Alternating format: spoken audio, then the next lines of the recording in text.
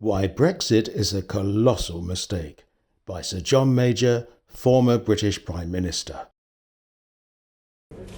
I don't believe the European Union is perfect or anything like it. Because I negotiated the Maastricht Treaty, the 𝗕𝗥𝗚𝗢𝗫𝗧𝗔𝗞𝗘 regards me as a significant Europhile. That's not actually true. I'm a very practical European. There's many things I don't like. But I look at the package and I say, are people in my country better off and safer if we were in the European Union than if we were outside? And I reached the conclusion that we were better off inside. And there is a wider dimension to this. There are three great power blocks in the world today. The United Kingdom is not one of them.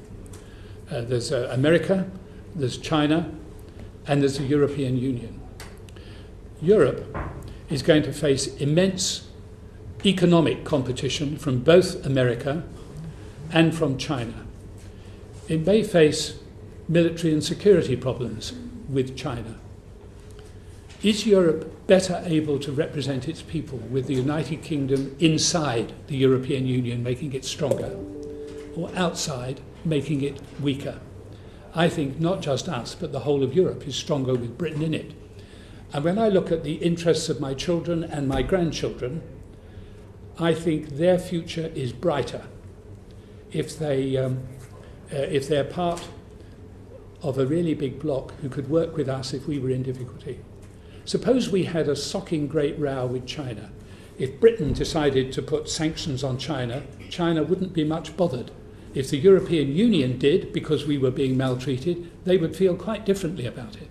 And it is those strategic issues that make me believe that we should be in Europe and that we have made a colossal mistake in leaving. I understand the sovereignty arguments, though many of them are more semantic than real, to be frank. No country, not even the United States, has pure sovereignty. Who has pure sovereignty in NATO, for example? We all sign up to NATO. Nobody complains about that.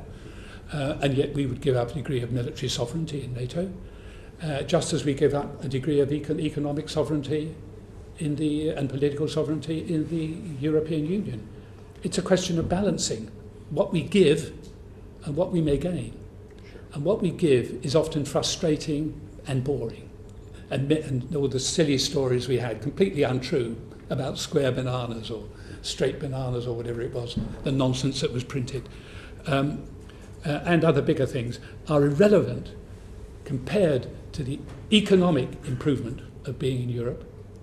I wonder how many of the cuts we've had, or the shortage of resources for our public services, would not have happened but for the loss of GDP because we have left the European Union. I just wonder how much that is.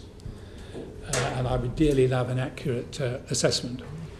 The OBR reckon it's heading towards 4%. That's an awful lot of money in terms of putting right the things wrong in the UK.